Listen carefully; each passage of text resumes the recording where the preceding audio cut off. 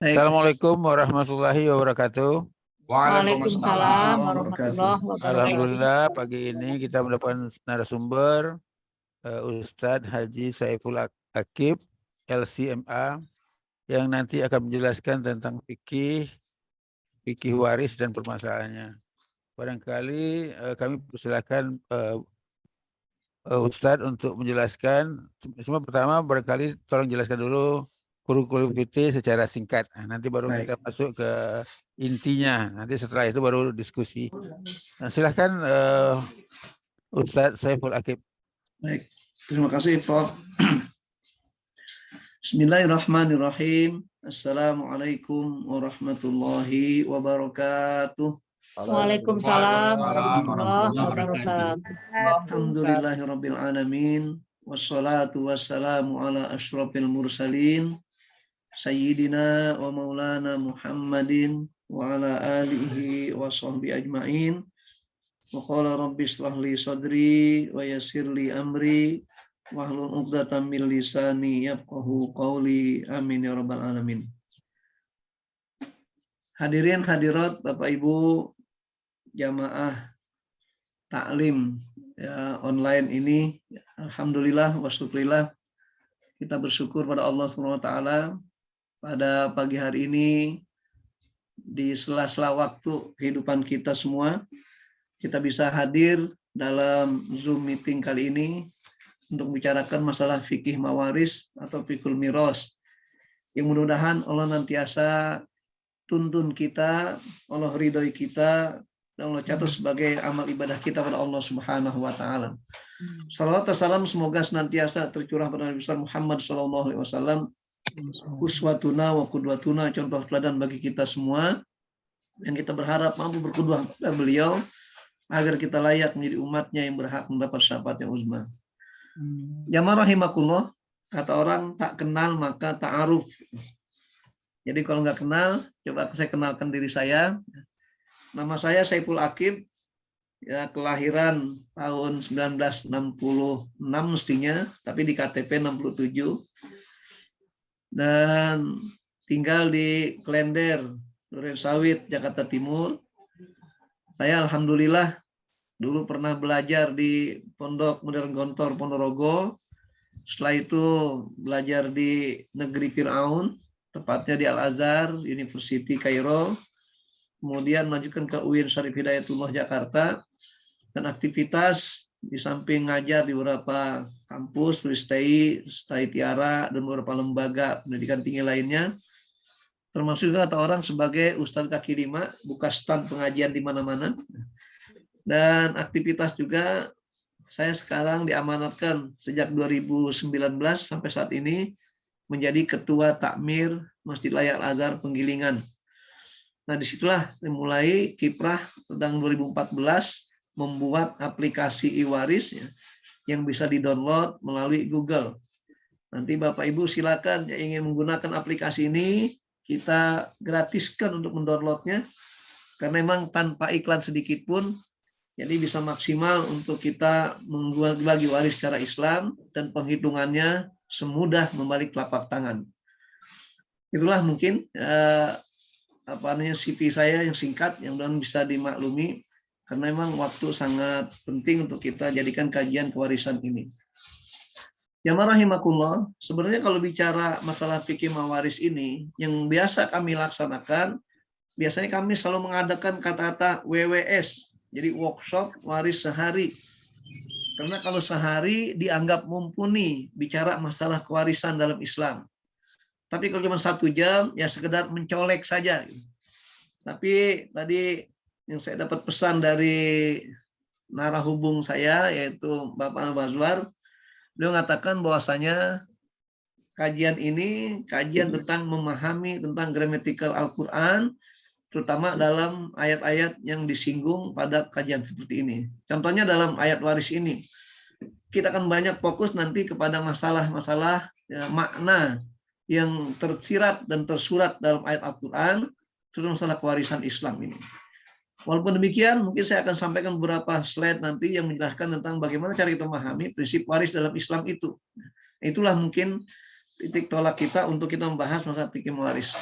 Adapun masalah penghitungan, metode penghitungan itu emang harus berkali-kali pertemuannya, nggak bisa satu hari ini. Gitu.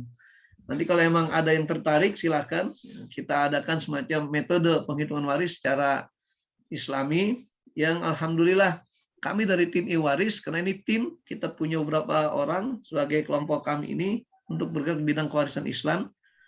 Jadi kita sudah membuat satu metode penghitungan waris yang kita sebut dengan metode madani, di mana kemudahan-kemudahan dari kegumulan ahli waris itu, ashabul furud, kita sebuah petakan, sehingga mudah untuk kita menghitung waris secara manual sekalipun.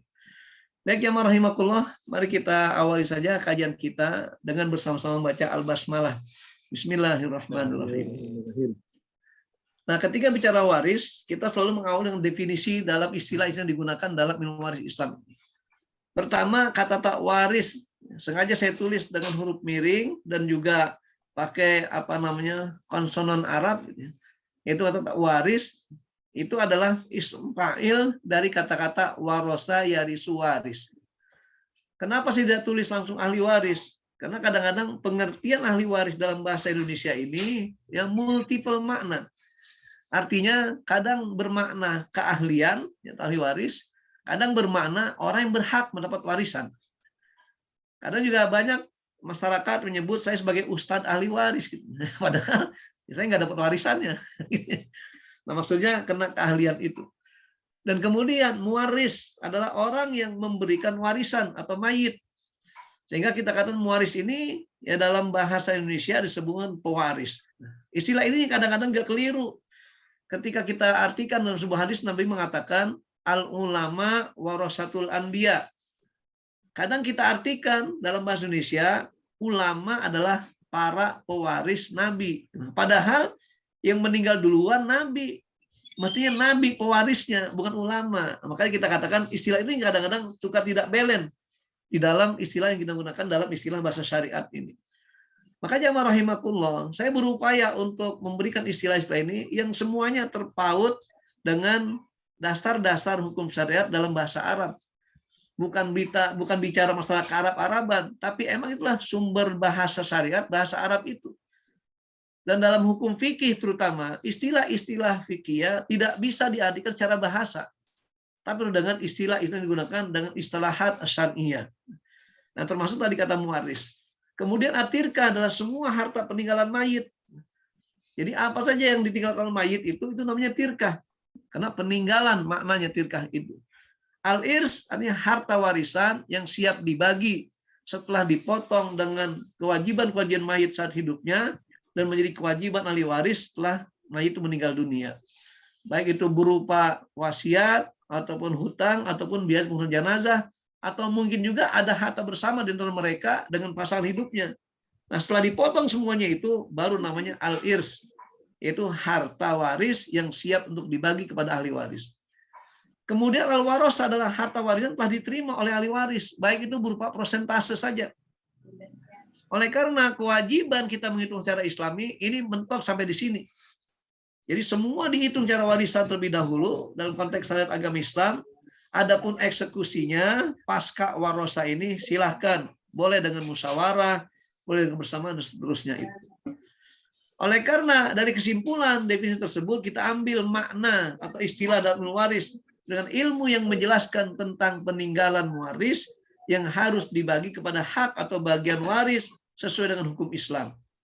Nah, dalam ilmu faraid ini kita butuhkan dua hal. Yang pertama dalil syar'i yang bersifat praktis. Kedua, ilmu hitung untuk menghitung warisan tersebut. Inilah kita katakan tentang definisi kewarisan dalam Islam, dalam istilah-istilahnya. Nah, ada pun yang ketentuan dalam warisan, kita bagi-bagi. Ada rukunnya, ada sebabnya, ada kewajiban waris, bahkan ada hijabnya atau penghalangnya. Yang merupakan rukun ada 4. Pertama, harus ada waris, yaitu ahli waris tadi.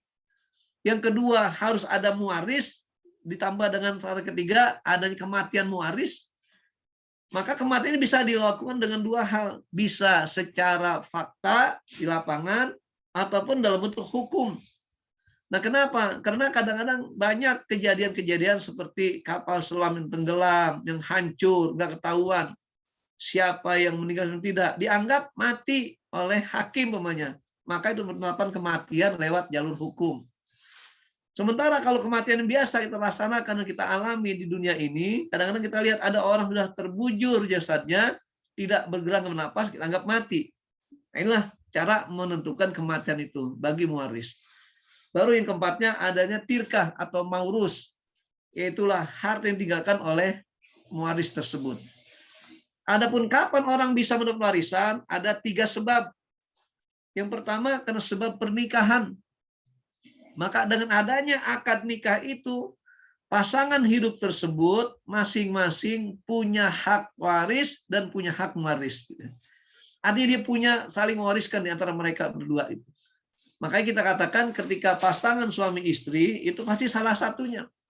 Karena tidak mungkin suami istri mendapat atau menjadi ahli waris dari kematian seseorang. Tapi akan terpisah dia. Karena dia punya orang tua, punya silsilah yang berbeda. Yang kedua disebabkan karena nasab atau keturunan. Ini jalur yang paling banyak. Dan lagi-lagi kita ingat bahwasanya ketetapan kedekatan waris itu melalui nasab, melalui keturunan ini. Dari mulai furu ke bawah anak cucunya, ke atas usul kakek, bapak dan kakek ke atas, kemudian ke samping namanya hawasi. Itu hawasinya hasyiah, mereka yang meliputi, mengelilingi. Dan yang ketiga karena sebab wala, artinya pembebasan budak. Jadi dalam konteks wala ini, ketika ada perbudakan, maka seseorang yang membebaskan budak itu statusnya lebih tinggi ketimbang saudara budak itu. Kenapa? Dia posisi seperti seorang ayah yang membebaskan budak terhadap hamba tersebut atau budak tersebut. Itu masalah sebab orang berhak mendapatkan warisan. Adapun kewajiban waris, nah ini kenapa kewajiban kalau tidak ada kewajiban waris? Karena mewaris sudah meninggal, nggak punya kewajiban. Yang ada kewajiban waris apa saja? Pertama, adanya kehidupan. Jadi seorang ahli waris wajib dalam keadaan hidup di saat mewarisnya meninggal. Makanya kita bagi waris gunakan pola timeline kematian.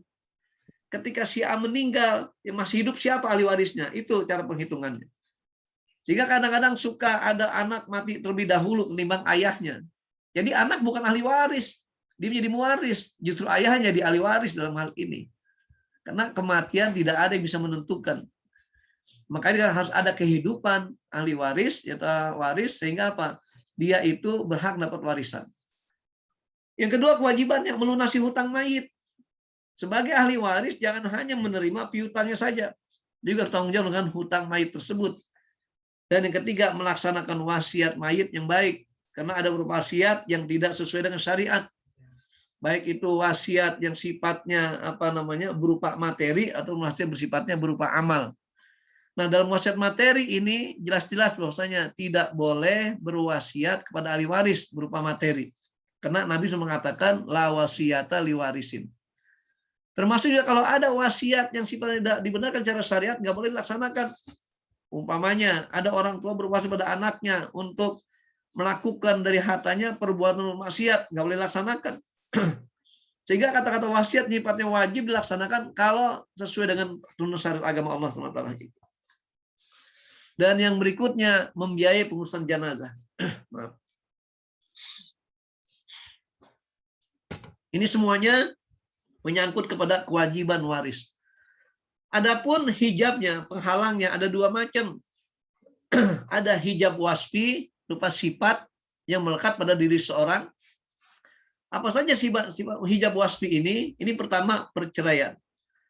Makanya dengan terjadinya perceraian, maka pasangan tersebut tidak punya hak saling mewarisi lagi. Kapan batasannya? Sampai selesai iddahnya. Umpama ada seorang laki-laki menceraikan istrinya. Baru 2 bulan diceraikan istrinya, tiba-tiba dia meninggal dunia. Maka istrinya berhak menjadi ahli waris ketika masih hidup. Kenapa? Karena iddahnya belum selesai. Kecuali kalau sudah talak 3, itu ketika iddah selesai sudah putus hubungan pernikahan. Begitu seterusnya. Sehingga kita katakan perceraian memutus hubungan warisan itu. Yang kedua, pembunuhan.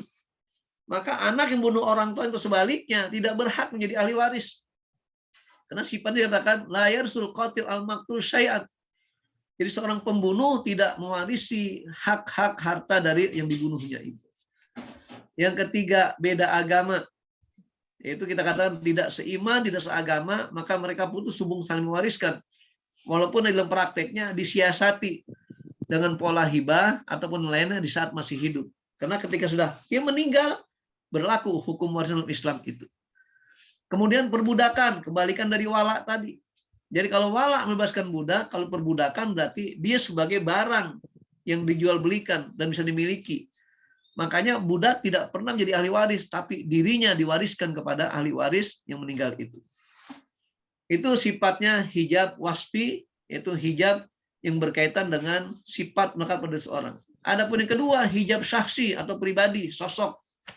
Pertama ada hijab nukson, pengurangan jatah warisan. Yang kedua, hijab hirman, itu penghapus, jadi penutup secara hapus, secara total bagian warisan tersebut. Nah, oleh Ibnu Taimiyah dikatakan haram hukumnya membagi waris kalau tidak paham hijab. Kenapa? Karena hijab itulah yang membuat hukum syariat Islam waris ini bisa jelas ketentuannya dan tidak salah juga tidak zalim diterapkan hal itu. Tapi kalau kita nggak paham hukum hijab tersebut, kita suka keliru. Kadang-kadang kita lihat ada potensi cucu dari anak laki-laki yang mestinya berhak, kita anggap nggak berhak. Atau sebaliknya, ada orang sudah tidak berhak, kita anggap berhak. Kenapa? Dia tidak paham hijab tersebut. Ini jadi masalah yang dilema. Kenapa? Karena menyangkut pada hukum syariat. Jadi kesalahan yang kita lakukan, efeknya bukan di dunia saja. Di akhirat pun Allah berikan sanksi itu. Nah, maka namanya kita ada fenomena hijab tadi. Ada hijab hirman, ada hijab nukson. Hijab hirman adalah terhalangnya seorang ahli waris dalam memperoleh seluruh bagian karena ada ahli waris yang lain yang lebih dekat dari dirinya. Nah, seperti kakek terhalang oleh ayah karena ayah lebih dekat pada waris ketimbang kakek.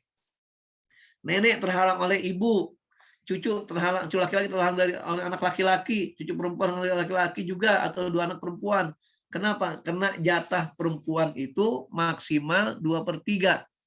Ketika sudah 2 anak perempuan, dia 2/3, maka nggak ada lagi yang berhak dari anak perempuan atau perempuan itu mendapatkan bagian tersebut. Nah, ini contohnya kena kedekatan. Makanya hijab hirman terhapus total. Dan seterusnya. Adapun hijab nukson adalah terhalangnya sebagian jatah ahli waris. Karena apa? Karena ada ahli waris yang lebih dekat dari dia. Seperti umpamanya suami yang awalnya jatahnya setengah karena tidak ada anak, berubah jadi 1/4 karena ada anak. Jadi anak sebagai hijab nukson bagi suami. Begitu pula ayah yang tadinya jatahnya jadi asoba, mengambil semua dari harta warisan anaknya, karena ada anak dari mayit itu, maka ayah berkurang jatahnya, jadi 1/6 gara-gara ada anak. Itulah contoh-contoh dari 2 bentuk hijab. Kita singkat saja karena waktu terbatas. Dan kemudian di dasar syariah. Ini kita akan coba memahami tentang gramatikal, tentang bagaimana ayat Al-Quran menjelaskan fenomena kewarisan dalam Islam ini. Jamaah rahimakumullah, sebenarnya ayat-ayat waris itu yang bicara masalah faraidnya atau furud muqaddarahnya cuma 3 ayat saja. Pertama ayat 11 An-Nisa, itu berkaitan dengan hubungan anak dan orang tua.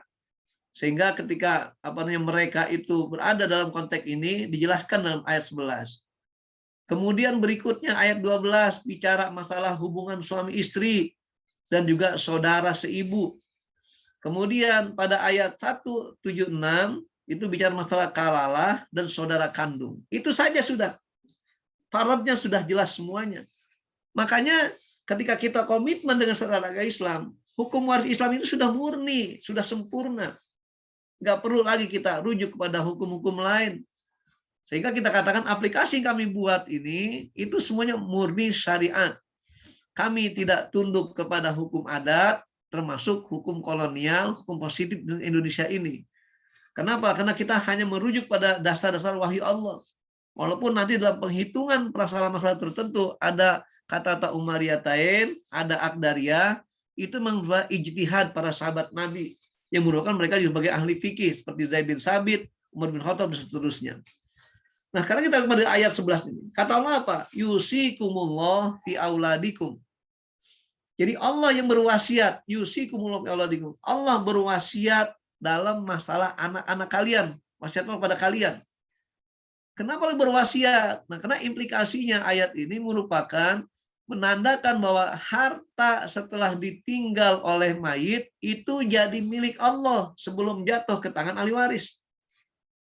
Apa buktinya? Allah berwasiat. Karena hakikat wasiat harus memiliki sesuatu.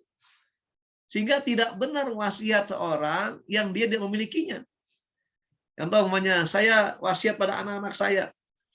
Ada rumah besar depan rumah saya. Kemudian bukan milik saya bilang, nah nanti kalau ayah meninggal jangan dijual rumah itu. Ya nggak sah wasiat ini. Kenapa? Bukan milik saya. Nah maka begini, Allah wasiat kepada kita sebagai manusia ini untuk siapa? Auladikum, untuk anak-anak kita. Ini yang pertama. Konteksnya bahwa ketika Allah menyampaikan kata yusikumul fi auladikum, menggambarkan harta itu rujuk kepada Allah. Dan ditopang dengan ayat Al-Quran yang lainnya yang bicara tentang doa istirja. Jadi kalau ada yang meninggal dunia, kita disunahkan mengucapkan doa istirja. Itu kata inna lillahi wa inna ilaihi raji'un. Di mana artinya sesungguhnya kami ini milik Allah dan kami akan kembali kepada Allah. Siapa kami? Semua amanah Allah pada diri kita. Dari mulai jasad kita, pribadi kita, harta kita, produk kita, semuanya milik Allah.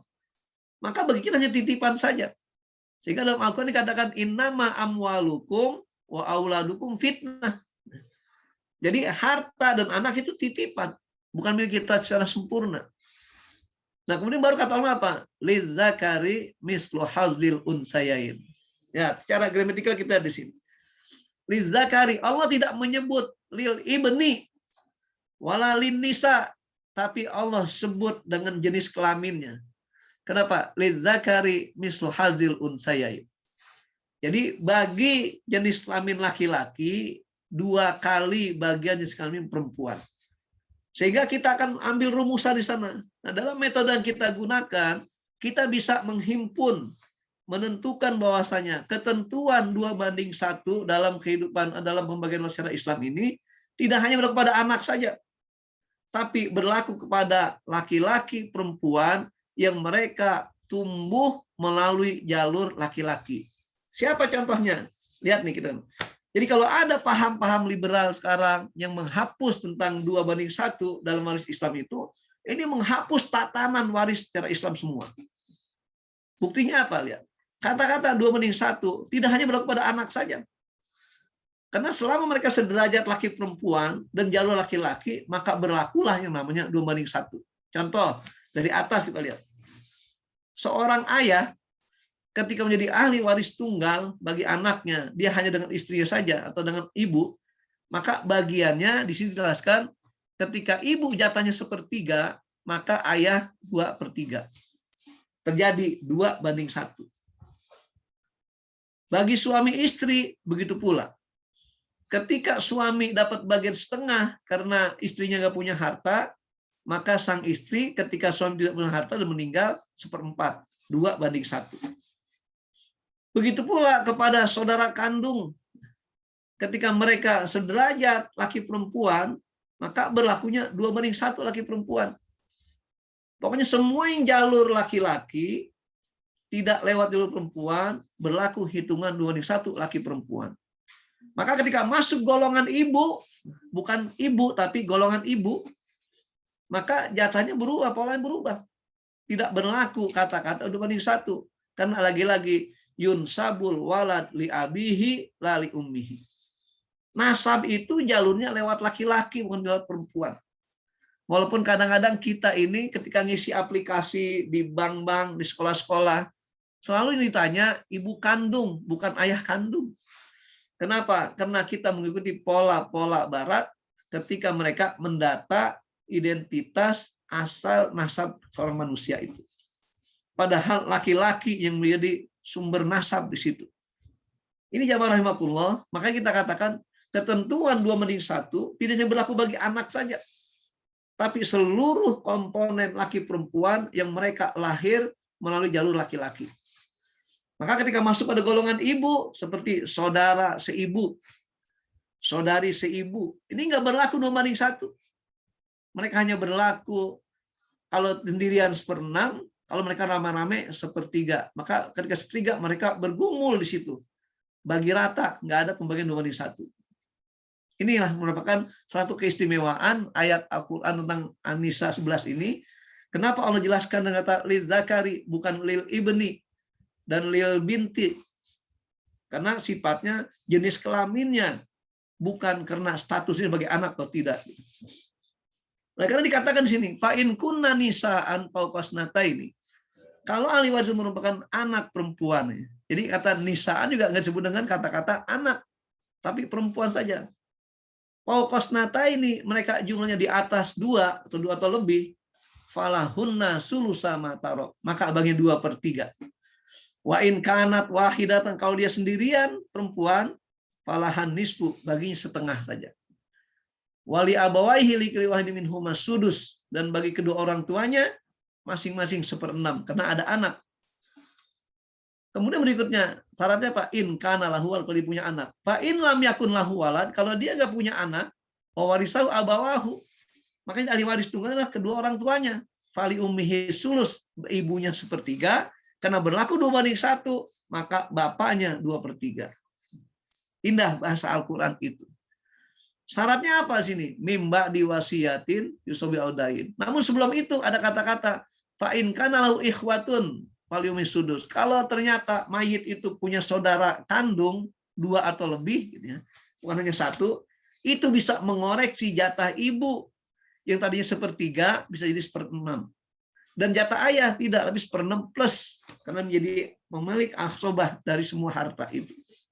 Begitulah seterusnya jamaah rahimakumullah, termasuk ketika kita katakan apa bedanya hubungan waris itu antara furu dan usul, Allah berikan satu pilihan pada kita. Di antara ayatnya, abaukum wa abnaukum la tadrun ayyuhum aqrabu lakum naf'a.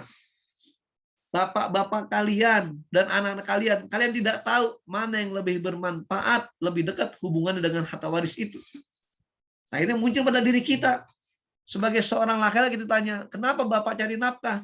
Untuk siapa? Nggak pernah kita bilang untuk orang tua kita. Tapi dicari nafkah untuk anak dan istri kita. Makanya ternyata anak lebih dekat hubungannya ketimbang ayah kepada mayit itu. Ini kata Allah, Pak, faridotan minallah, ketetapan mutlak dari Allah Subhanahu wa taala itu.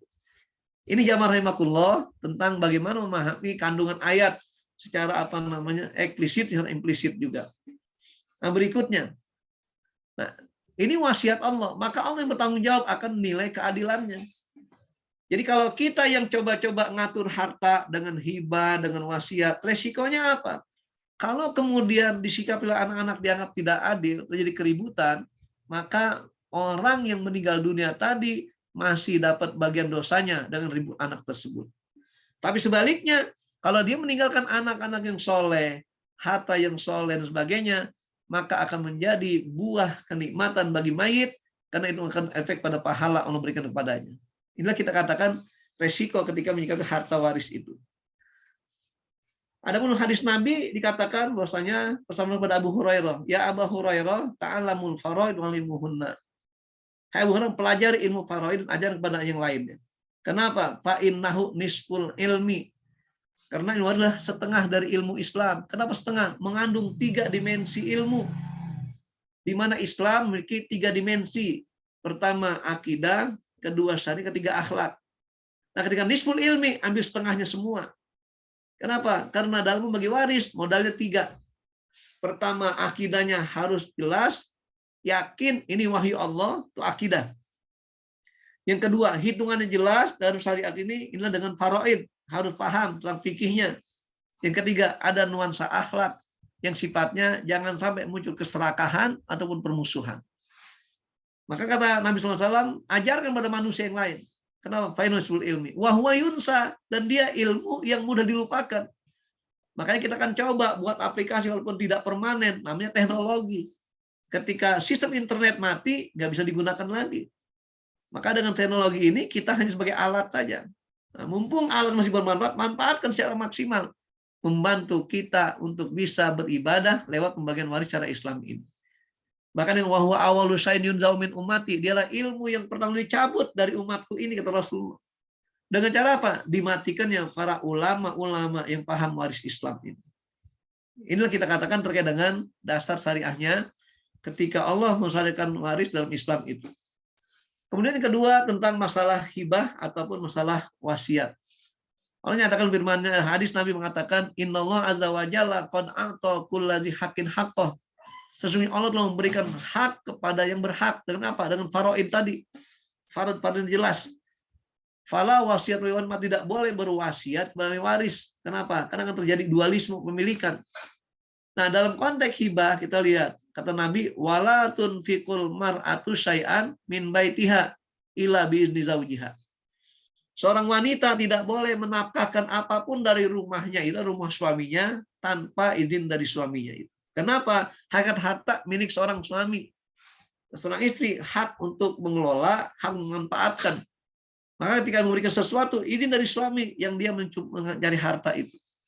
Resikonya ketika harta bercampur bersama, maka ada kata harta bersama. Yang dasarnya An-Nisa ayat 32. Singkat saja. Nah, apa urgensinya dalam Islam ini? Pertama, dalam Islam harta adalah amanat untuk menopang kehidupan saja dan tidak akan dibawa mati, tetapi dia akan kembali kepada Allah SWT. Karena dalam doa istrinya dikatakan inna lillahi wa inna ilaihi raji'un. Ini kurang alif nun ini. Kemudian yang kedua, berpindahan harta milikan dalam Islam hanya boleh melalui salah satu dari 5 hal saja. Pertama, lewat jual beli dan sistem kerja dengan prinsip antarodin. Yang kedua, lewat hadiah. Nah, ini bahasa hadiah dalam Islam ini mengandung makna yang beragam. Kenapa? Karena hadiah secara bahasa Arab itu adalah pemberian yang bersifat cuma-cuma dengan motivasi kasihan, empati. Adapun kalau motivasinya simpati, bukan hadiah, tapi jaizah, penghargaan.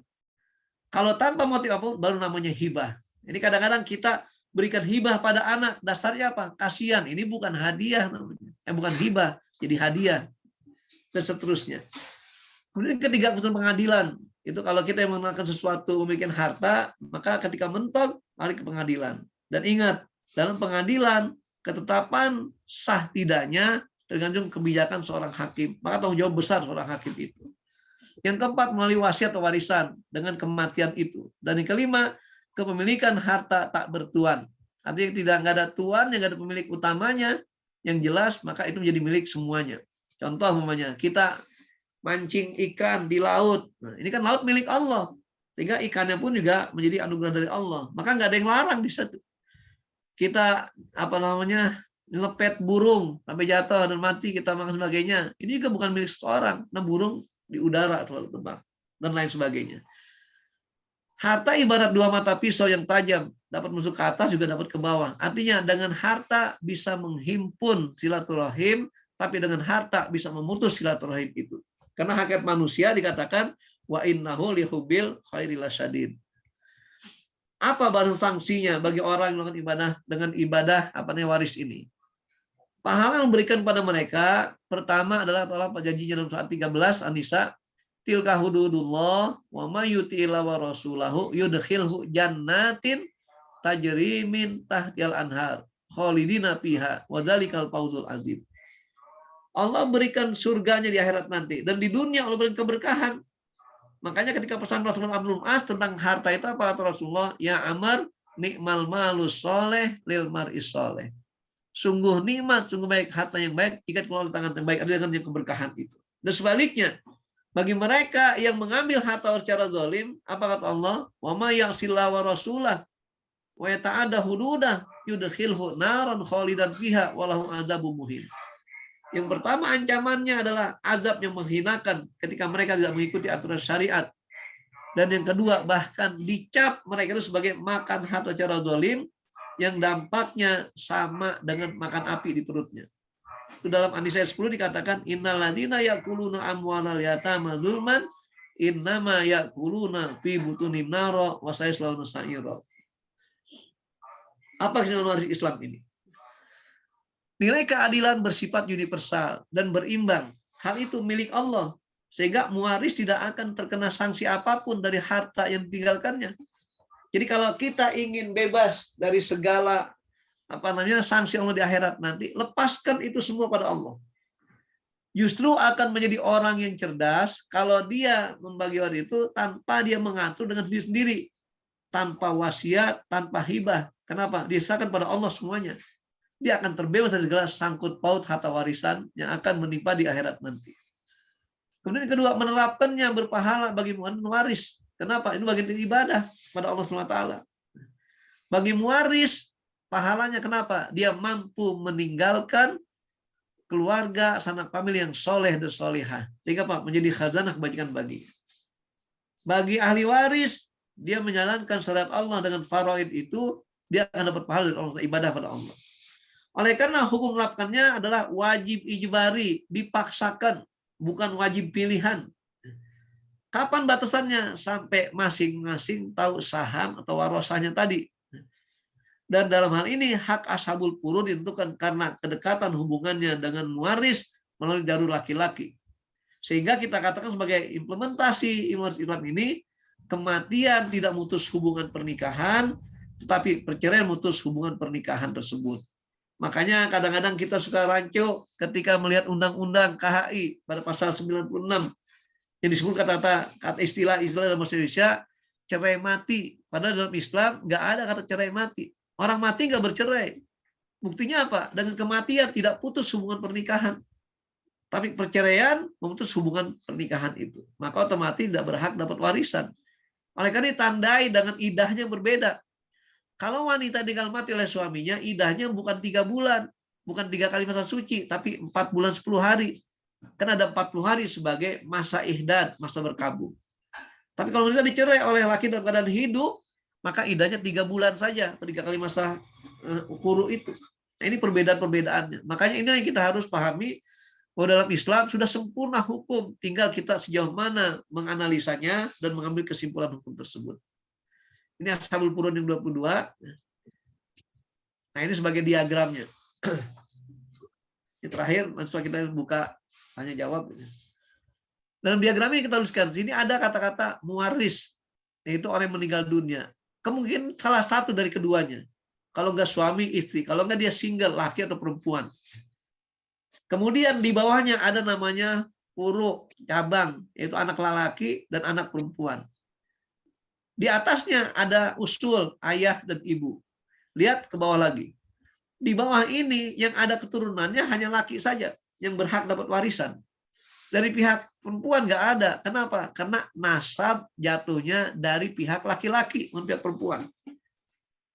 Jadi kalau seorang anak perempuan, dia punya anak lagi, tanggung jawab bukan dari silsilah dia, dari suaminya.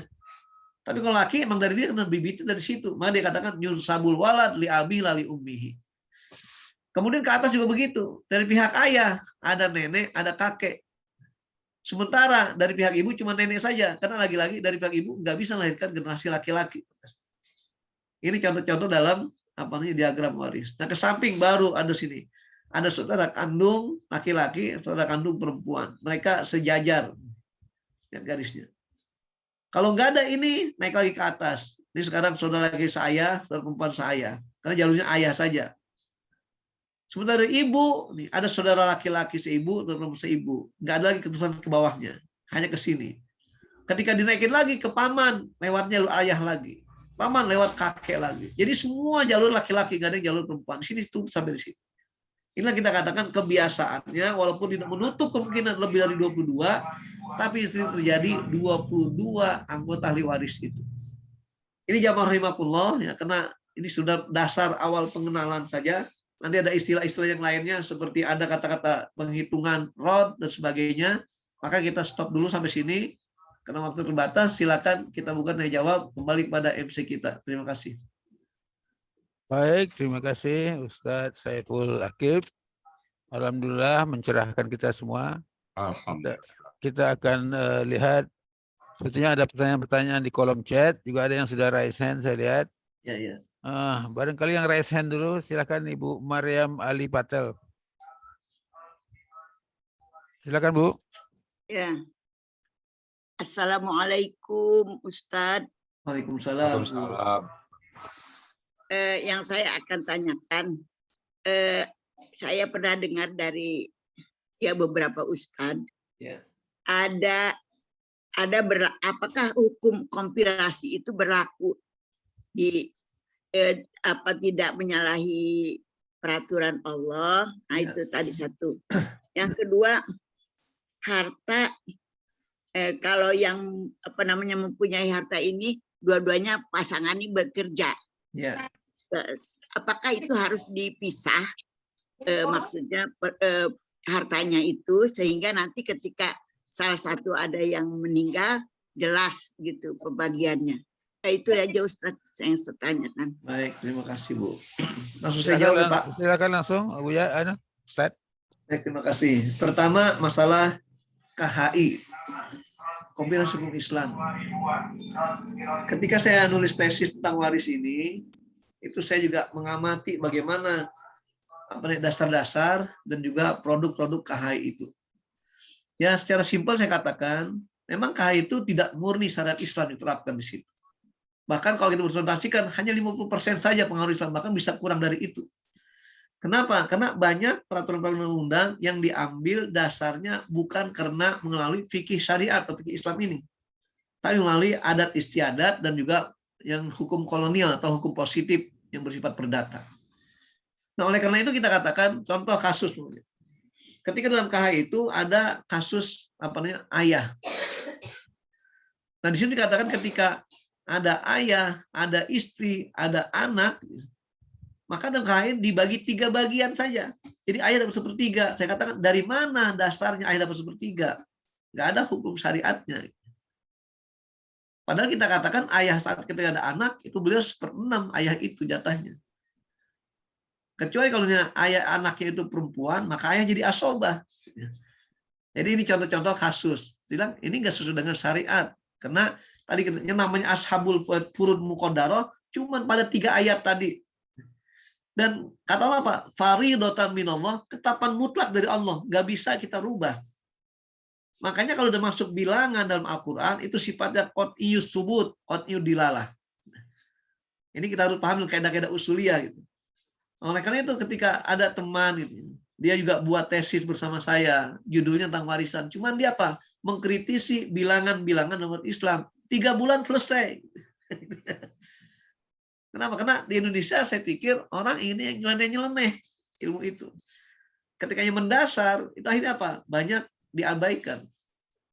Maka ini katakan bahwasanya ketika kompilasi ini kan kalau melihat dari semangatnya untuk menyatukan sebagai acuan di Mahkamah Agung ketika ada yang muropadah yang banding dari daerah-daerah hakim pengadilan agama daerah, mereka punya acuan yang sama. Padahal kalau kita kembali kepada peradilan agama itu mestinya harus ada klasifikasi, ada kelas-kelasnya. Contoh yang saya pernah rasakan teman saya ikuti. Kadang-kadang ada pengadilan agama gitu. Mereka ketika menghukumi masalah waris ini dasarnya apa? Hukum positif. Sebaliknya ketika pengadilan negeri menyikapi masalah warisan ini, mereka ambil dari KHI loh, kan bukan bidangnya, bukan domainnya. Makanya sebenarnya kita sebagai seorang muslim, apalagi sebagai muslim, harus punya undang-undang Islam itu sendiri di pengadilan agama. Itu keluar dari kebiasaan di Mesir. Di Mesir malah lebih saklek lagi, lebih fokus lagi. Bahwa peradilan agama di Mesir itu sudah mazhab masing-masing gitu. Jadi kalau umpamanya ada yang berperkara mazhab Syafi'i, maka hakimnya harus Syafi'i juga. Di kita nggak sampai begitu, cuman mbok yao kata orang Jerman gitu. Hendaknya ada kesepakatan, ketentuan dari semua mazhab Indonesia ini untuk merumuskan yang Islam itu yang mana, yang non-Islam itu yang mana. Sehingga jelas.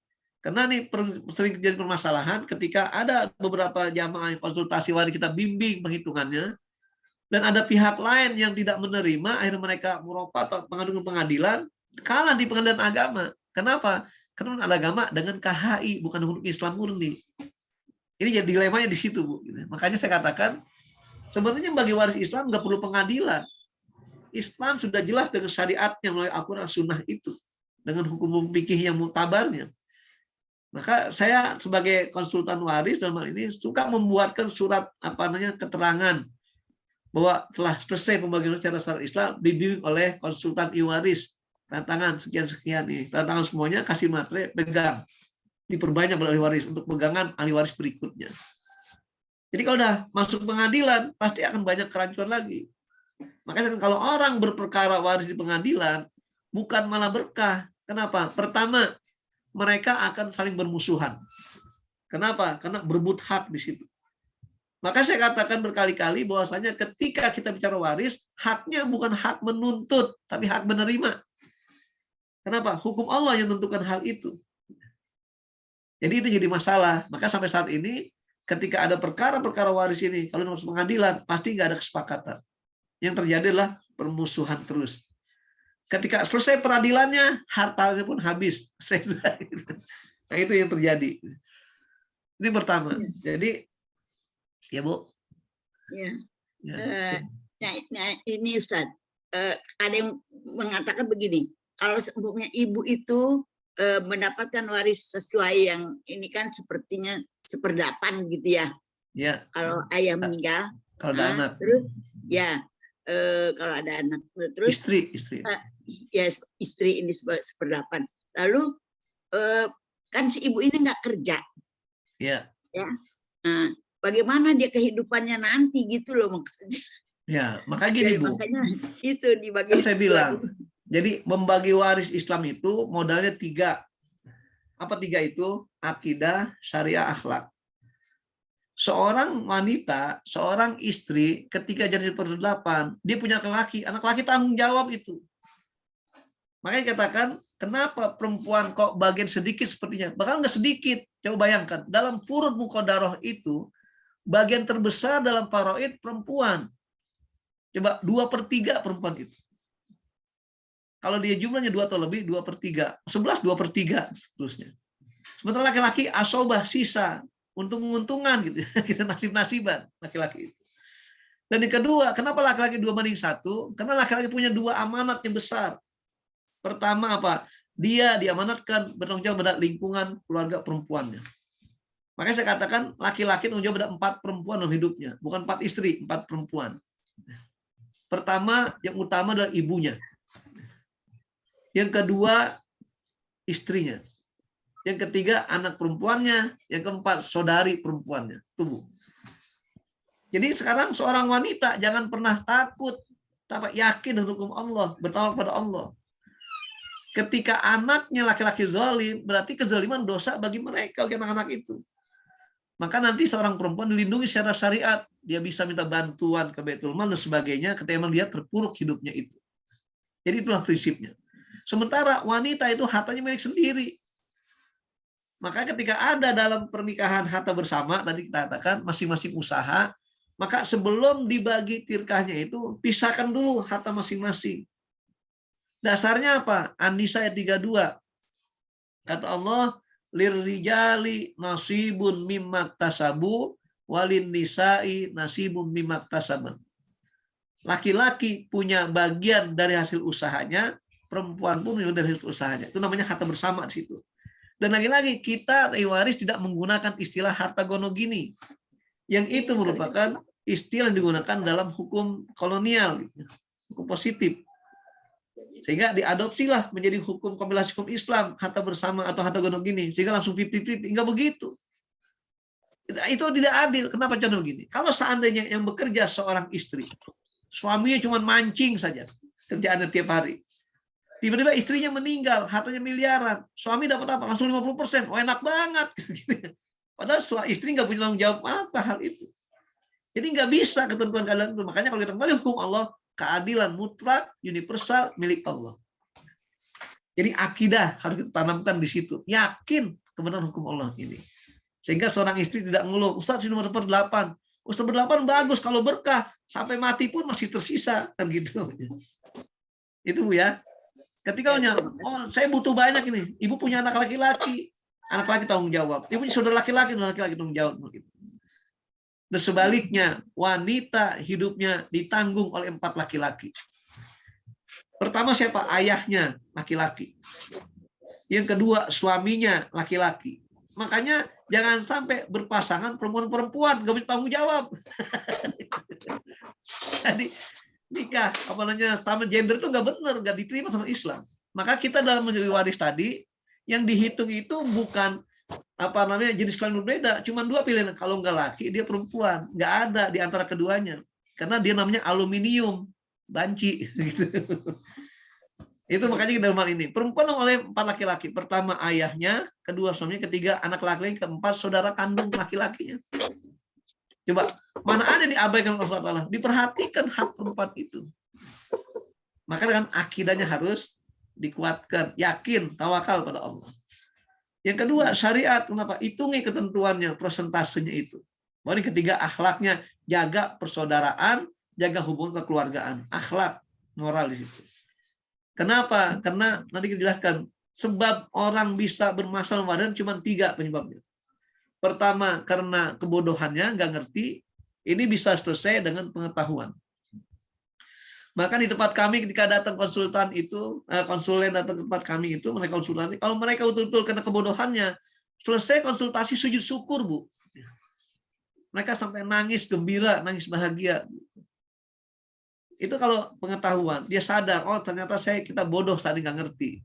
Itu masih mudah solusinya. Yang kedua, karena terlambat pembagiannya, ditunda-tunda sampai beberapa generasi.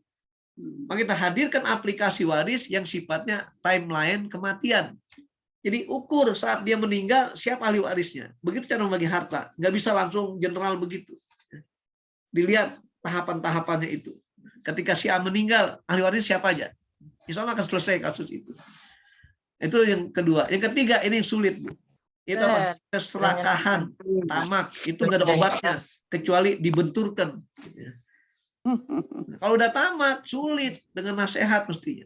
Dan kadang ada kasus, sudah 7 kali berhadapan dengan kita, udah selesai, besok muncul lagi. Kenapa? Karena satu ayah keluarga itu tidak mau, dia ingin mengasuh pengadilan lagi. Dan banyak masalah seperti itu. Makanya kita bersyukur, kalau kita bagi waris dengan 3 dasar tadi, insya Allah, walaupun banyak berkah, insya Allah. Enak nggak kira-kira? Udah harta ini banyak, berkah lagi. Nah, ini udah sedikit, ribut lagi. Nah, jadi itu masalahnya. Terima kasih, Ustaz. Baik, terima kasih. Baik, sudah cukup Bu Maryam ya. Ya, sudah, alhamdulillah. Terima kasih, jazakallah. Barangkali kita kembali ke kolom chat dari Ibu Nana Evi ya. Ini ada hubungan dengan adat Minang ini kayaknya. Ya. Untuk harta warisan orang tua wajib diselesaikan secara hukum faraid. Bagaimana dengan harta peninggalan nenek moyang kita yang sudah disepakati untuk keperluan sosial keluarga besar menurut adat Minang? Ini yang disebut dengan pusako tinggi. Silakan Ya, ya. Ustaz. Baik, Bu. Baik, Pak. Begini ya. Saya ketika studi itu saya juga buka-buka buku adat Minang itu. Ya. Kenapa? Karena saya ingin memadukan. Karena saya telitian tentang masyarakat Betawi. Akhirnya saya dapatkan kesimpulan begini. Bahwa kata pusako tinggi itu sebenarnya asalnya itu, asal muasalnya itu istilah yang namanya wakaf keluarga. Ya. Kalau wakaf itu kan nggak boleh dijual belikan, dimanfaatkan saja. Dan ini mazhab Maliki dibolehkan wakaf keluarga, umpamanya saya wakaf nih untuk keluarga saya aja, berarti keluarga saya menikmati. Keluarga lain nggak boleh. Itu wakaf juga berpahala sifatnya. Sehingga apa? Wakaf itu definisinya dia boleh memanfaatkan hasilnya, tidak boleh menjual belikan materinya itu atau bendanya. Nah, ini awalnya. Namun berkembang adat itu akhirnya dianggap sebagai wasiat atau tadi pusako tinggi itu sebagai apa istilahnya warisan. Jadi kesalahannya bukan pada kesalahan dasar awal. Karena kan selalu mengatakan adat bersanding syariat, syariat bersanding kitabullah. Kalau begini mana sandarannya? Gitu ya. Jadi kesalahannya pada missing link-nya itu loh. Jadi penghubungnya. Jadi ini kita katakan, dan itu akan berubah, kayak Buya Hamka pernah katakan, itu akan berubah sejalan dengan perkembangan zaman nanti. Ketika masyarakat orang Minang itu mulai menyadari kembali tentang hakikat syariat sebenarnya, itu kan orang akan berubah. Tapi kalau langsung dipotong saja, jadi permusuhan. Makanya dengan pendidikan, dengan edukasi, baru akan mulai menyadari hal itu. Itu yang terjadi. Makanya saya katakan, sekarang tinggal Bapak Ibu sebagai orang yang Minang itu, mau kembali pada syariat atau tidak, gitu aja. Dan Al-Quran datang dengan ketentuan ini. Maka dari kesepakatan, Sehingga setelah ada kesepakatan, dibagi, ditulis, tanda tangani, tanda materai, ini untuk rujukan bagi waris berikutnya.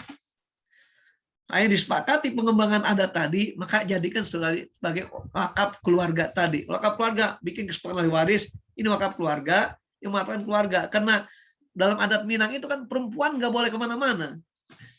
Laki-laki yang harus keluar dari negerinya. Kan kita lihat punya anak Minang umur 12 tahun aja udah gak tidur di rumah, tidur di surau. Tuh Pak Madwar tahu gitu. Jadi katanya cinta nagari, tinggalkan nagari gitu kan ya. Ini saya orang Betawi, orang Padang.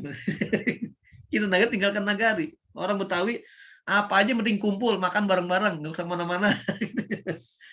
Nah itu jadi masalah. Maka saya mohon maaf ini, bukan menyinggung tapi ini sebagai fakta aja. Saya bilang berarti orang Minang curang gitu ya. Kenapa curang? Dia tidak boleh jual harta di negerinya atau di kampungnya, dia cari ke Jakarta kemana-mana, balik lagi dikumpulkan ke situ lagi, gitu. Itu curangnya. Nah, sementara orang Betawi dia jual hartanya itu, kenapa? Untuk menampung para imigran datang. Jadi ini masalah perbedaan persepsi. Jadi intinya bahwasanya itu kembali kepada tadi modal 3, akidah, syariah, akhlak. Kalau kita terapkan itu, insya Allah selesai semua masalah. Saya kira itu Pak ya. Jadi untuk mengambil kesimpulan tadi, ya tergantung kesadaran masing-masing. Karena lagi-lagi kita katakan, menentang adat adalah adawah, permusuhan. Gitu. Jadi tarkul adawah. Maka dikatakan al-ada muhakkamah. Jadi adat juga menjadi faktor dalam hukum itu. Sementara kalau kita ingin cara Islami, ya ini ambil dasar-dasarnya, jelas ayatnya, hadisnya, dan juga kesimpulan intinya dari para fuqaha-fuqaha yang muhtabar itu. Saya kira itu Pak Hairil. Baik, terima kasih Pak Saiful. Gimana Buya mau menambahkan, Buya Rizal? Syukuran Pak Prof. Baik, saya tadi pertama sangat mencerahkan sekali dari Pak Ustadz Haji Saiful Akibnya. Jadi baru saya tahu bahwa harta itu mutlak milik Allah. Jadi sebelum diwariskan, dia bukan harta saya yang saya wariskan sebenarnya, tapi adalah harta Allah gitu ya Pak Ustadz ya. Yep. Nah, cuman kedua Pak Ustadz, tadi ada, saya belum paham juga kenapa kalau harta tinggi, pusako tinggi tadi, yang Minang itu istilah dalam hukum Islamnya ada nggak itu? Karena kan harta itu juga meninggal kan dibagi itu. Nah ini kan tertunda-tunda pembagiannya. Tadi ada yang bertanya itu. Saya belum, bagaimana menlingkannya itu saya belum bisa ngelingkan, belum pandai. Terus terang seorang yang agak ada personnya saya tinggalkan semuanya. Berdasar pusako tinggi, saya pergi, saya nggak mau tahu, saya nggak mau bagi, saya nggak mau ambil karena saya nggak tahu hak saya berapa. Akhirnya saya nolkan hak saya. Nah, dulu waktu saya itu gimana Ustaz? Baik Pak, terima kasih banyak Buya. Jadi gini, ya terima kasih. Karena saya banyak mendapatkan para konsulen itu di kalangan orang-orang Minang tadi. Saya sampaikan menjadi kesimpulannya. Sesuai dengan apa yang pernah saya bongkar informasi itu, saya katakan bahwasanya itu asal muasalnya adalah wakaf keluarga. Belum tahu juga Pak Ustadz. Ya, makanya wakaf keluarga itu asal awalnya gitu ya. Kenapa? Karena dalam syariat Islam, wakaf itu sifatnya ketika dia tinggalkan tidak untuk dijual belikan. Tapi biar keluarganya memanfaatkan. Makanya yang dipermasalahan di sini kan wakafnya dengan ikrar. Nah ini ikrarnya apa? Ikrarnya kesepakatan di antara masyarakat saat itu.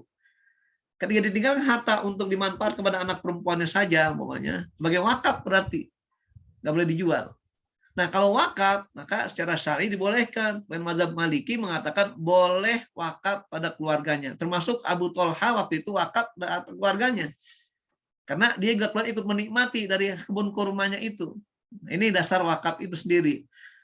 Adapun ketika perkembangan berikutnya menjadi pusako tinggi, itu kenapa? Karena mungkin tidak bisa menelusuri tadi kata Buya gitu ya. Ini sebenarnya siapa sih awalnya itu gitu. Nah, makanya tinggal bikin pernyataan kalau mau. Umpamanya dari silsilah siapa, dari nenek atau kakek siapa nih?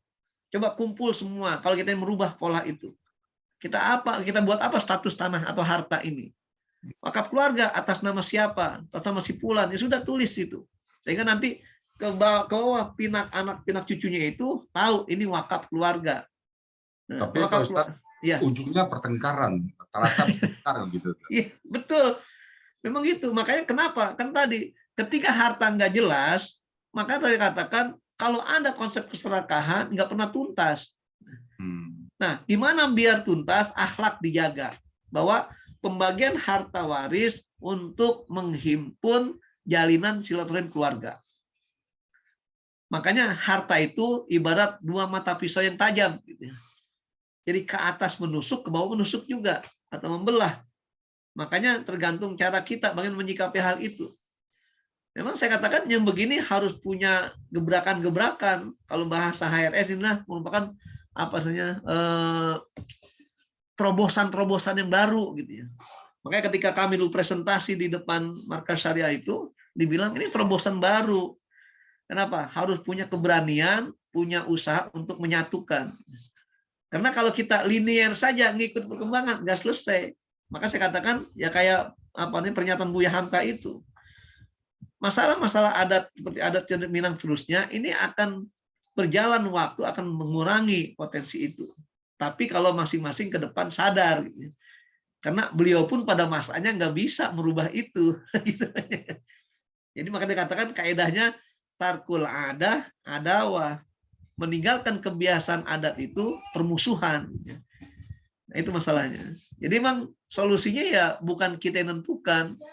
Kita hanya mengarahkan. Kalau mau begini-begini. Nah tinggal ahli waris itu atau keluarga yang punya keturunan itu yang harus sepakati.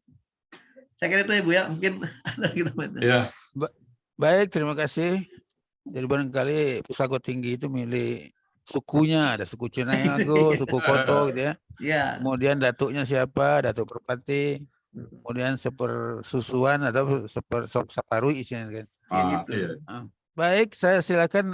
Ini yang raise hand cukup banyak. Silakan Ibu Rahmawati Malik. Ya, makasih Pak Prof. Assalamualaikum warahmatullahi wabarakatuh. Waalaikumsalam. Pak Ustadz Saiful, saya mau menceritakan sedikit masalah yang terjadi pada keluarga. Kakak ipar saya perempuan, jadi kakak suami saya ya. Dia meninggal 8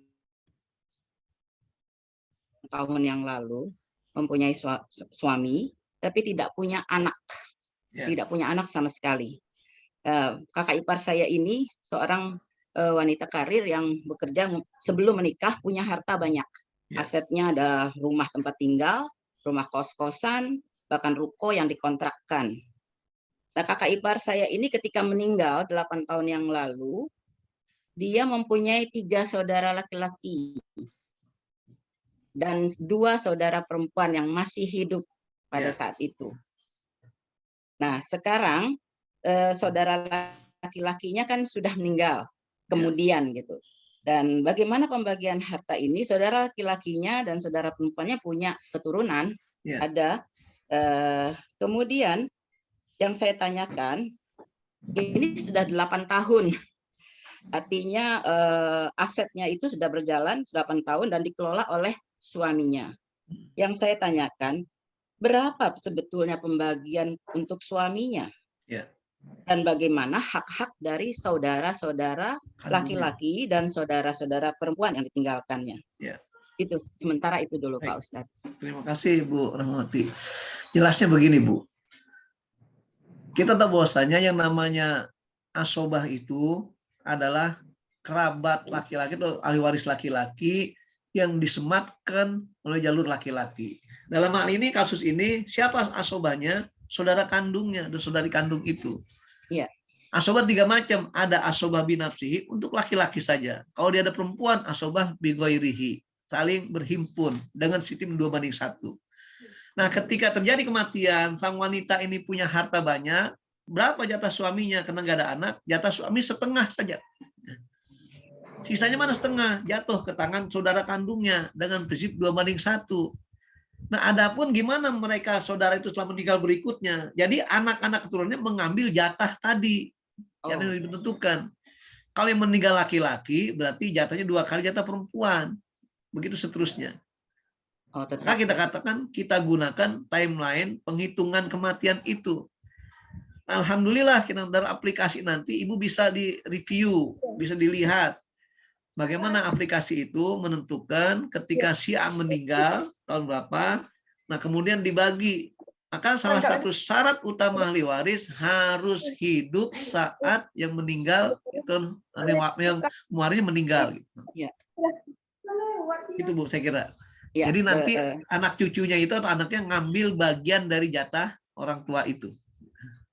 oh ya, jadi ketika almarhumah meninggal, dia mempunyai masih hidup ya, saudara-saudaranya itu mempunyai hak ya, Ustadz. Iya, punya hak. Tapi sekarang kan sudah meninggal juga, Pak Ustadz. Ya jatuh ke anak-anaknya. Oh, tetap ya Pak Ustadz ya, tetap. Bagiannya. Jadi nggak putus gitu, selama dia punya hak itu. Dan selama 8 tahun itu berarti masih harusnya terhitung ya Pak Ustadz. Ya makanya dihitung Keuntungan, semua, karena kan masih dikelola sama itu. Paling nanti ditanya, ketika dia mengelola berapa persen pertambahannya. Nah, bagi suami dapat kelebihan dari itu karena mengelola harta tersebut.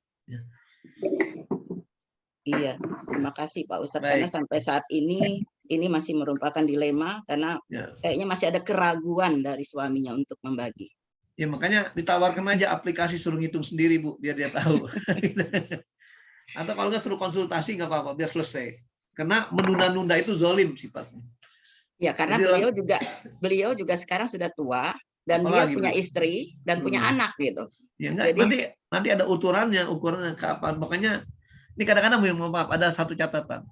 Kadang ada orang ngomong begini, gimana kalau istri ditinggal mati suaminya? Dia punya hak nggak? Istri udah nikah lagi, nggak ada urusan nikah enggaknya. Hak dia ketika saat suaminya meninggal apa gitu. Makanya penghitungan waris dihitungnya timeline kematian. Saat dia mati itulah hak dia diambil di situ. Begitu tuh. Ini menunda 8 tahun juga sudah merupakan masalah ya Pak Ustadz ya. Zalim Bu sudah. Tinggal kita lihat nanti apakah dia memanfaatkan itu di luar hak bagian dia. Tapi kalau suami kan setengah jatahnya itu. Saya kira kalaupun dia manfaatkan nggak sampai setengah misalnya. Jadi kita tidak menilai langsung zalim mutlak. Lihat dulu persentase harta yang dia miliki dari warisan itu. Makanya diakomodir dulu, diinventarisir dulu hartanya, dijumlah, dihitung, nah baru nanti dihitung pembagian. Ya, terima kasih. Terima kasih Pak Ustadz. Baik, terima kasih Ustadz Saiful. Tidak terasa sudah jam 7.20. Mungkin masih ada waktu 10 menit kali ya. Saya kembali ke kolom chat. Ini ada Pak Fatullah. Saya lihat ada 3 pertanyaan beliau. Kapan hibah sebaiknya diberikan kepada anak? 1. 2, bagaimana kalau dalam hibah ada selisih luas beberapa meter karena lokasi tanah dengan luas apa adanya?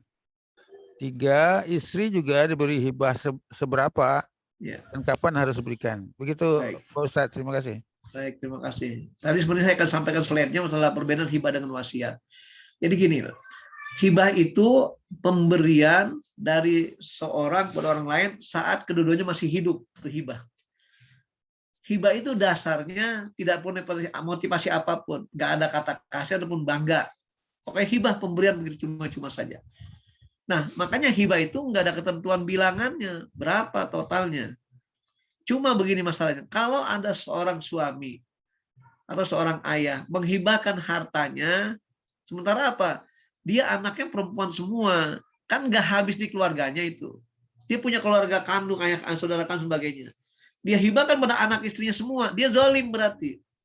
Kenapa zalim? Karena dia mengabaikan hak waris dari saudara kandungnya. Dan tidak sedikit kasus terjadi.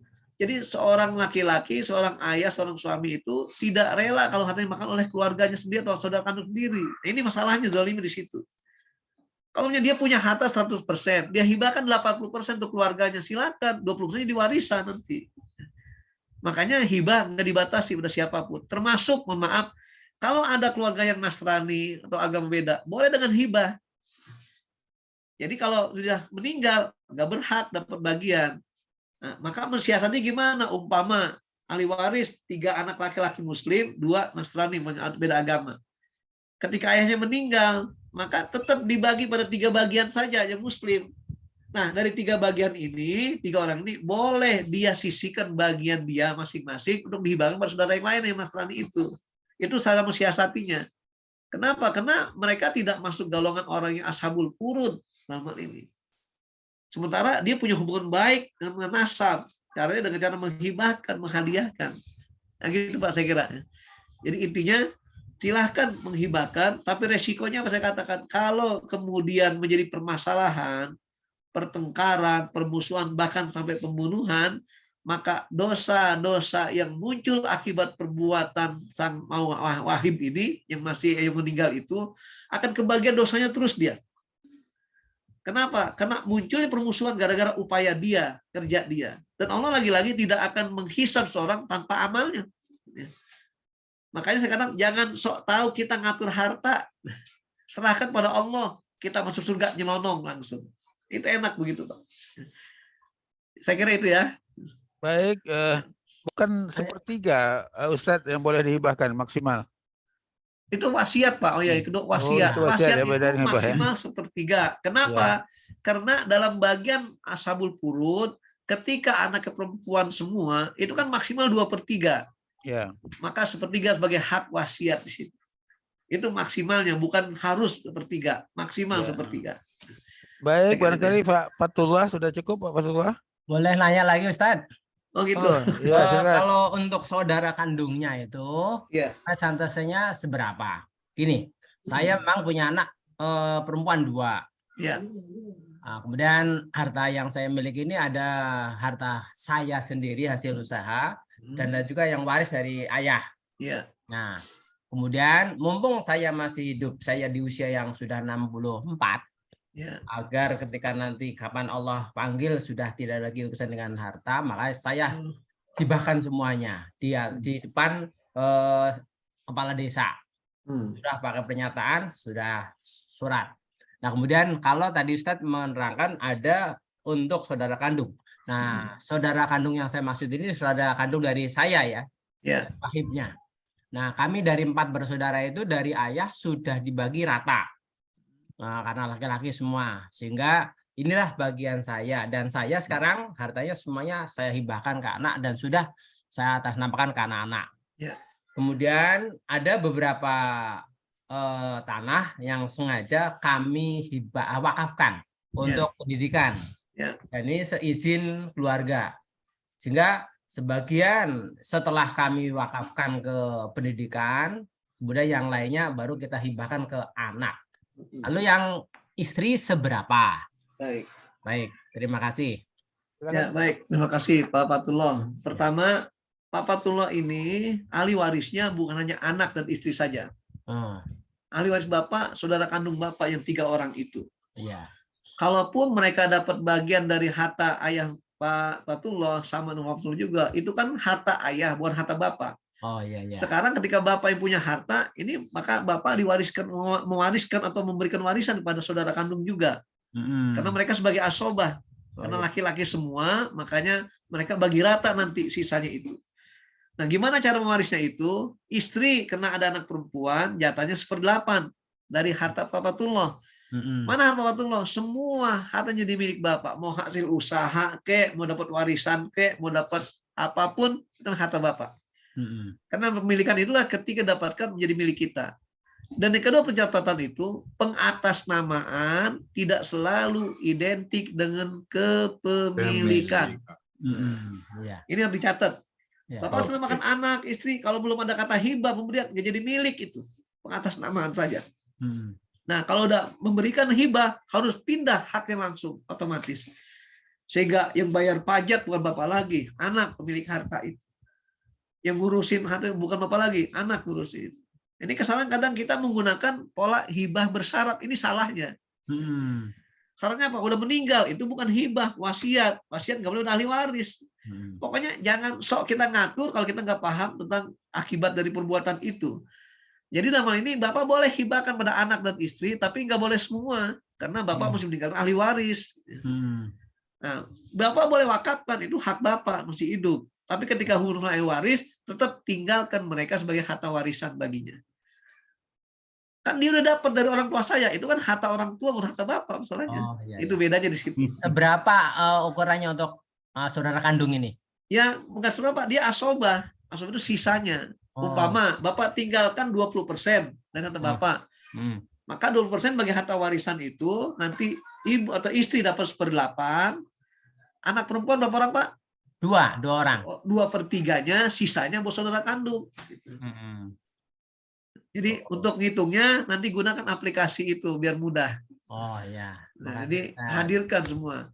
Adapun pernyataan Bapak di depan lurah, depan camat sekalipun, itu sebenarnya kalau di syariat melanggar aturan syariat. Karena kalau mau hibah langsung berikan hak itu murni, berarti dia lagi hak Bapak di situ. Kadang-kadang orang suka menghibahkan karena sayang sama anak sama istri, dihibahkan semua. Saya tanya, Bapak tinggal di mana? Numpang, hati-hati numpang, diusir sama anak. Makanya jangan kita menghakimi hati sendirian. Ada tuntunan syariat itu. Kalau kita ingin masuk surga, bigoiri hisab, nyelonong terus. Gitu. Jadi kalau bahasnya Pak Mazwar, penuhi koper-koper kita, nggak pakai ada check and recheck lagi, checkpoint di bandara nanti, gitu. Bandara akhirat. Gitu. Saya kira itu ya, Pak. Baik, terima kasih. Baik, terima kasih Pak Fatullah. Setengah 8 tuh ya. Gimana Ustadz Buya? Mungkin karena waktu Pak Prof ya. Jadi mungkin saya ke Pak Mazwar. Pak Mazwar, Assalamualaikum Pak Mazwar. Waalaikumsalam Bu ya. Nah, menurut saya nih topiknya hangat. Mungkin nggak cukup sekali tampil kayaknya. Betul. Kali-kali. Kita juga melihat kan harta yang tadi saya catat, harta yang terdapat dari jual beli, dari hadiah, dari lembar dia. Nah, mungkin ada sesi khusus masing-masing. Ini selama ini terus kan Pak masa sejari. Nah, belum ketemu. Nah, mumpung Pak Ustadz Haji Saiful Akibna ada nih, kita buat berjilid nih Pak Mazwar. Ya, permintaan saya Bu ya, sebetulnya mana Ustadz, mohon maaf, Ustadz ini bersedia sebetulnya ya, karena bila konsultasi ahli waris, bersedia setiap saat dihubungin ya, lewat WA atau datang sendiri ke sana juga bisa. Begitu kan? Di mana alamannya? Masjid Raya Al Azhar, Pak, Pegilingan. Saya perlu, jadi saya minta apa itu L5 itu ya, jual beli, mana jual beli yang boleh, mana jual beli yang nggak boleh. Betul. Ya. Itu pengadilan, walaupun pengadilan mana yang boleh. Kalau pengadilan yang tidak syariah boleh nggak dipakai gitu loh. Memang panjang ini. Dan itu udah makanya, bidang saya sebenarnya itu. Nah, makanya nanti kita mohon Pak Mazwar kalau bisa satu jual beli. Bagaimana jual beli yang halal? Andai saja jual beli itu memakai katakanlah kredit dari bank, masuk jual beli nggak itu? Iya. Bagaimana harta yang diwariskan? Sebentar satu pertanyaan terakhir Pak, mungkin kita harta yang didapat dengan cara haram karena kita nggak tahu, diwariskan nggak Pak? Atau nggak boleh diwariskan? Ya nggak boleh lah, harus harta milik sempurna. Ya misalnya gini, misalnya dia bekerja sebagai perusahaan yang haram menurut syar'i. Nah dia ada harta di situ. Nah sebaiknya liwarnya tahu nih, ternyata harta bapak saya haram. Diwariskan atau dihibahkan aja ke ya. Jadi simpel aja, mungkin simpelnya. Jadi Allah SWT tidak akan menghisab kita tanpa usaha kita. Ya. Kalau memang dia sebagai ahli waris tahu persis sudah di komentar dikasih nasihat masih nggak berubah juga, maka ahli waris boleh tanazul, artinya menghilangkan haknya. Tapi emang itu orang tua menyembunyikan, memadukan kata semua, artinya hal yang subhat. Subhat itu artinya ya boleh tipis lah gitu. Ya, dari haram ya. Ya. Ada Bu Agustina kayaknya ada yang komentar tadi. Ya. Assalamualaikum Ustaz. Assalamualaikum warahmatullahi wabarakatuh. Buya, assalamualaikum Buya. Waalaikumsalam warahmatullahi wabarakatuh Bu Agustina. Gimana?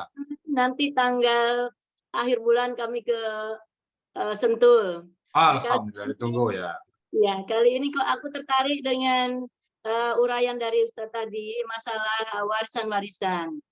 Kebetulan saya kan 2 tahun lalu suami saya meninggal, Ustaz. Nah, kemudian saya punya anak 4. Ya. Perempuan. Perempuan semua, Pak. Oh, perempuan semua. Nah, kemudian pernah waktu itu saya kan kebetulan kami sama-sama berusaha, artinya dia sebagai dokter, saya sebagai apoteker, artinya saya juga punya perusahaan yang lain yang saya punya katakanlah walaupun itu bersama-sama dengan teman. Nah, suatu saat dia pernah bilang begini, karena dia meninggal karena COVID tuh Tan. Nah, itu pernah dia berkata dengan saya lagi buka-buka semua buku-buku, dia bilang, "Mah, kamu tuh jangan ikut usahamu aja, urusin harta-harta kita yang untuk dibagikan ke anak-anak kita," dia bilang kayak gitu. Oh iya Pak, saya bilang kayak gitu. Nah kemudian sekarang dia kan sudah meninggal. Nah, saya juga sudah belum saya itu sih Ustadz, cuma sudah saya tulis waktu kami bertemu dengan anak 4 itu ini sudah ini ada yang udah langsung namanya memang Ustadz waktu itu, ada yang belum. Tapi memang papanya waktu itu ya sudah mempersiapkan lah kira-kira untuk anak-anaknya. Nah, sekarang kalau yang sedemikian itu bagaimana Ustadz? Terus ada satu lagi Ustadz, kebetulan waktu itu kan mau mendirikan masjid. Nah, pas dilalahnya, pas mau dibangun masjid itu bulan Suro. Nah, kalau orang Jawa itu kan kadang-kadang nggak mau kerja. Nah, akhirnya saya tunda. Dia meninggal tuh kan. Ya, kami ke sama-sama 18-19 Agustus. Dia meninggal di 29 Agustus. Nah, akhirnya masjid itu saya bangun setelah waktunya itu ada.